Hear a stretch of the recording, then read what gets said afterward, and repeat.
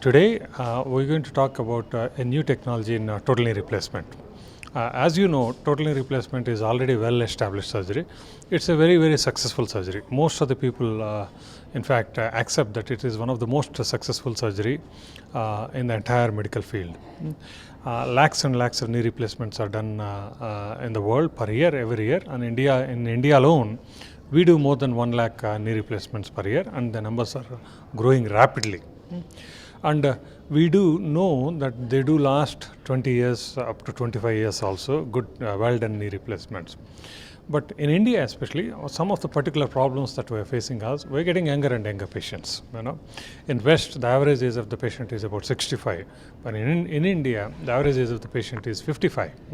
So these patients, when we do knee replacements, 20 years later, if this fails, what do we do then? And most of them are going to live to 75 years. So there is more focus on increasing the durability of these knee replacements. How do we make these knee replacements last 30 years? And also, one of the biggest fear in patients' mind is the pain after surgery and the difficulty with physiotherapy and rehabilitation and the long time it takes for them to recover back to their normal status. So this puts off many deserving patients who would have otherwise benefited a lot from knee replacement. This puts them off surgery. So one of the new technologies that has come and which has made immense contribution to improving the durability is called what we call patient-specific instrumentation or pre-plan. If I just explain the basis of it, you would know that even in a car, wheel alignment is important for tires. If they are not well aligned, they would wear off very quickly. So in a knee replacement, when you expect it to last for 20 years, 30 years, you would need to achieve perfect alignment.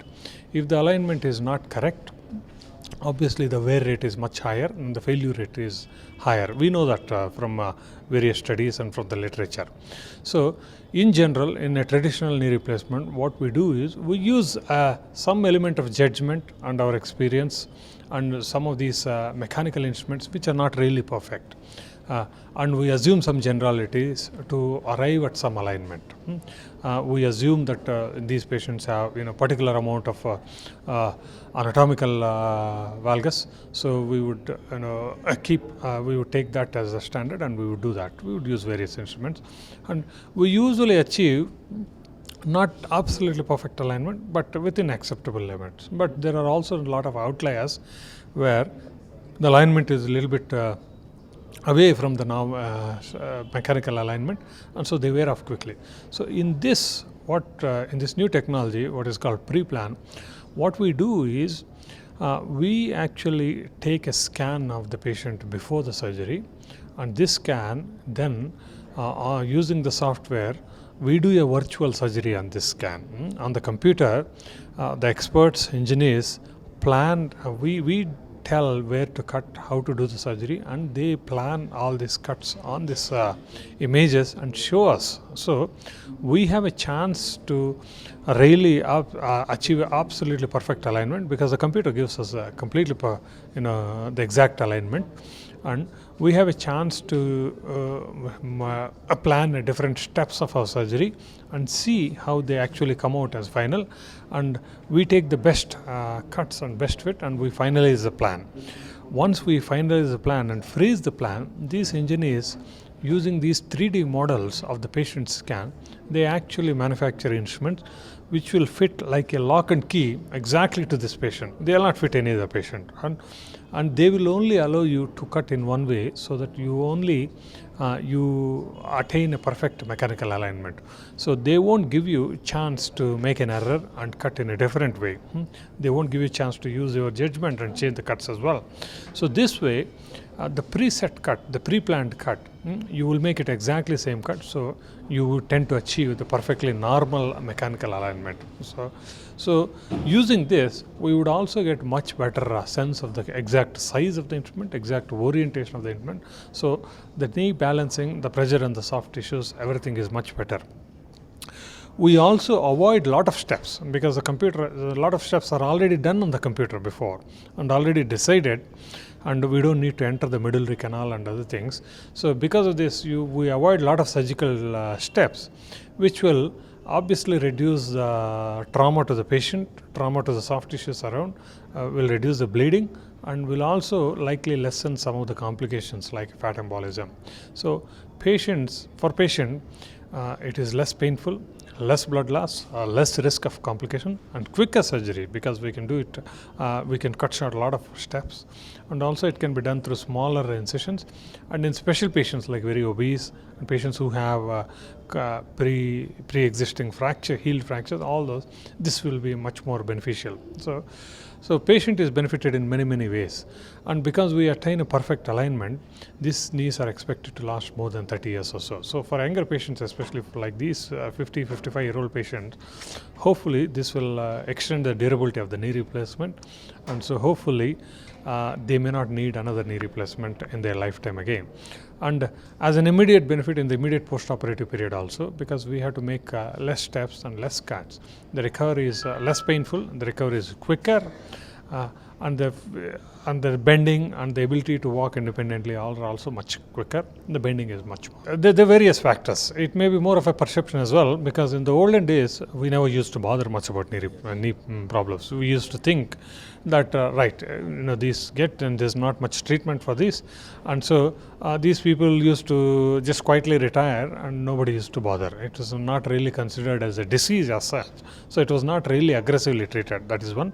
Second is the lifespan. If you know, at the time of independence, the lifespan was about 42 years, average lifespan. Today, it is about 72 years.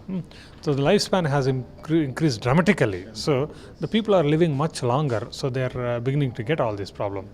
And a knee or any joint in the body, it requires some optimum level of activity. The joint is meant for movement, and only movement facilitates the production of lubricants in the knee or any other joint. So only with movement you will maintain a healthy environment, and the joint really remains healthy and lasts longer. If there is less activity or overactivity, both of these will damage your joints, including your back and knee. So if you lead a very sedentary life, which most of us lead now, most of our office workers, with the newer fields like software emerging, most of us are sitting most of the time and doing.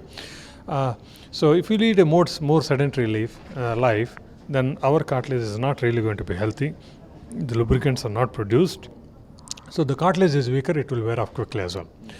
The second category is actually overactivity or injuries.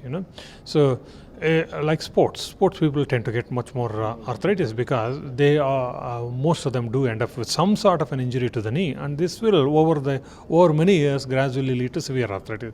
Any joint, once there is even a smallest damage, that will gradually get multiplied into spread into the rest of the joint and develop into arthritis. Third, these accidents are also becoming more with a lot of motorbikes, two-wheeler rides in India. So more and more people are getting injured, their knee joints especially.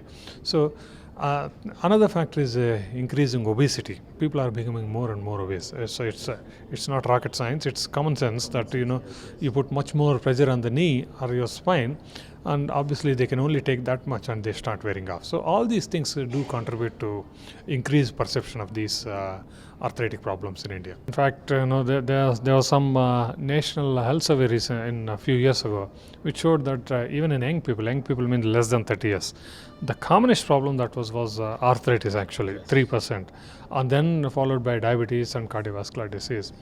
Again, one of the biggest contributing factors is a very sedentary lifestyle, increased obesity, and these the road traffic accident, minor accidents, two-wheeler accident that cause focal defects in the knee joint, and that gradually leads to arthritis.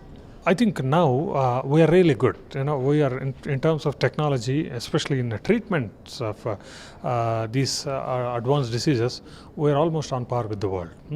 A few years ago, if a new technology has come in healthcare, it used to take us 10 years or 20 years before it comes to India. Today, I think they are being simultaneously launched in the US and here on the same day, and in fact some of them, because we're cheaper to do the research and cheaper to develop, some of them we're actually doing more here. And also because the regulations and the process is much less in India, we're actually much more open to take these technologies, and the uptake has become much more. So the technology is pretty well taken up here, and we are now on par with anywhere in the world. Main challenges that we face is one is India is a very heterogeneous population.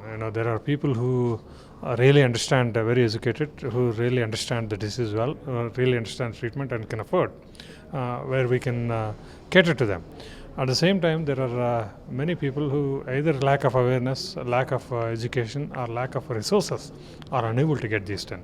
So, averaging out and being able to provide services where we can cater to all the segments is becoming a very, very big challenge. The second thing is regulations, because the regulations are not really stringent.